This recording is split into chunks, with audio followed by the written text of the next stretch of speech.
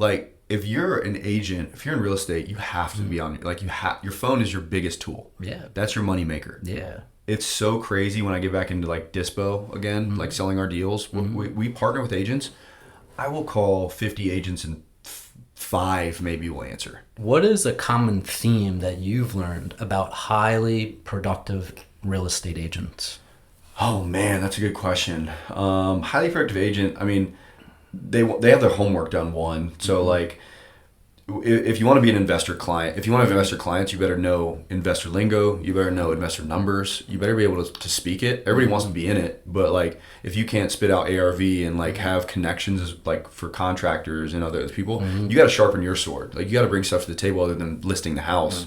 So if you can come to them and say, hey, not only can I list your house, but I can help you with design. I can also refer some contractors that I have good relationships with.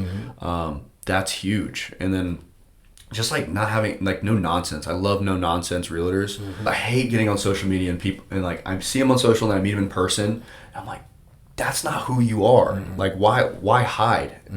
I feel like that's just gonna make people sad and depressed over time. Because like you have to get on the internet and not be somebody you are. Like people like in the beginning, people are like, why are you cursing? I'm like, dude, we're talking about real estate. That's an 18 plus category by default. Like I can say the F word if I want.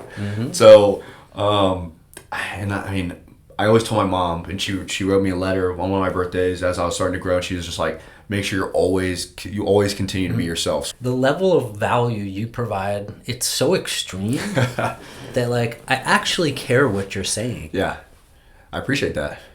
And like clearly other people do because you got 100,000 followers on Insta. Yeah. And I mean, how crazy is that? It's been pretty surreal. I mean, it's grown from, I keep KPIs on it. So I track every week, me and my content guy.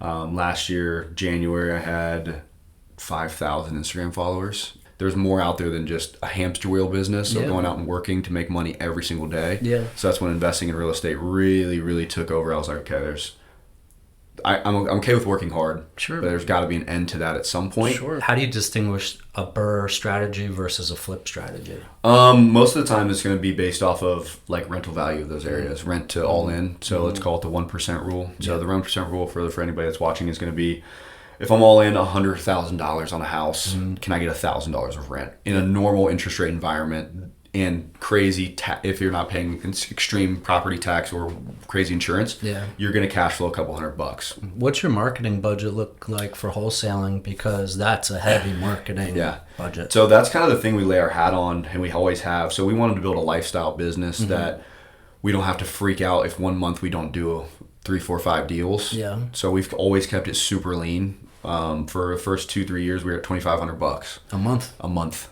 And that was keep producing us 3 to 5 deals a month. Direct mail, telephone. We were cold calling text. That's what we've always done. That's it. And we're really good with our data. We're really tight with our numbers. We know how much money to put out to get certain inputs. But right now, I think we're like sitting around $8,000, and we're probably getting 10 to 15 contracts a month. Why does it make sense financially to go hard money on your purchases? Just because you can get aggressive. On the offer. So we do private money for everything, actually. Great. Hard money very rarely, but private money, I mean, it just gives our guys confidence. Like, hey, if we know it's a deal, you look at so many deals, like, hey, we can close in 7 days. This is our price. Take it or leave it. What can an average investor expect in terms of terms on hard money? Yeah, I would go to the classic 12 and 2. So 12%, 2 points. What do you use as a contingency for materials and labor? That's a good question. Anybody that's new, I would say run 20% no matter what. Yeah. Legacy Homes is a real estate company, but there are many different areas of that provide value to the public and create equity for your company. Sure. Can you give me a quick overview of what those product lines are? Okay. Yeah, we have, so Legacy Homes, let's call that the umbrella business, and then we have 4 or 5 under it. So we got my wholesaling company. So we have the wholesaling company, we have the fix and flip company. That one just owns assets. It doesn't hold them long term. They're kind of just like the holding tank. So that's our construction wing. It's a lot of money in and out of that one. We have our property management company. And then we have an Airbnb company that we manage probably 25 Airbnbs or so. My mom retired as a teacher of 30 years to run that and sell my houses as a realtor. And then we have education community company. So Real Side of Real Estate, we started that 8 months ago. We probably have 120 people across the country right now that come together, like-minded individuals. So to learn how to wholesale, how to flip. Eventually it'll be the BRRRR method too, but trying to lock in and give people crazy value as well as that. Yeah, so there's a synergy across your 5 product lines. Yeah. What does wholesaling with integrity mean? Yeah, so wholesaling's always been that like black sheep. It's gray. There's a really wrong way to do it, which a lot of people sit in that seat, and there's right ways to do it. So for those that don't know wholesaling, we're marketing for off-market real estate most times. So I'm going to talk in wholesaling as far as off-market only. So we're marketing for direct to seller, we call it. So we want to be talking to people that don't have signs in their yard saying I want to sell. They may not know, or they know, they just don't want to sell on the market. So you put the property in contract, and then you sell that to an end investor. You're basically the middleman. You can wholesale cars, you can wholesale groceries, you can wholesale anything. Same thing with real estate. Yeah. So, but the problem is with a lot of these is you're talking to people with real motivation. So people that maybe have lost a family member in that house, or they are banking on this cash to buy another place, or they just have some sort of life problem that they really are leaning on you to solve. Yeah. Because you only get paid as a wholesaler if you solve a problem. The bigger the problem, the more money you make. So there's people out there that will put properties in contract knowing they're going to just renegotiate or screw grandma over or just be super unethical. So the way I look at it is, if we can lay our head on our pillow at night and say we helped grandma out, and we deserve to get paid because we're providing a service. Sure. But we can't be screwing grandma over her house, right? We can't have our name in the newspaper saying we screwed people over. And I mean, there's a longevity piece to it as well. So I want my team to be happy. I want me to be happy. And I want to be in business in Columbus, Ohio for 10, 20 years. I script out. So like if anybody follows me on Instagram that's watching this, like I have a 400-page Google Doc. I script out every word you see that comes out of my mouth. Wow. So, Are you using teleprompter? no, my phone. So I'll pull out my phone. Yeah. I'll read it in my head.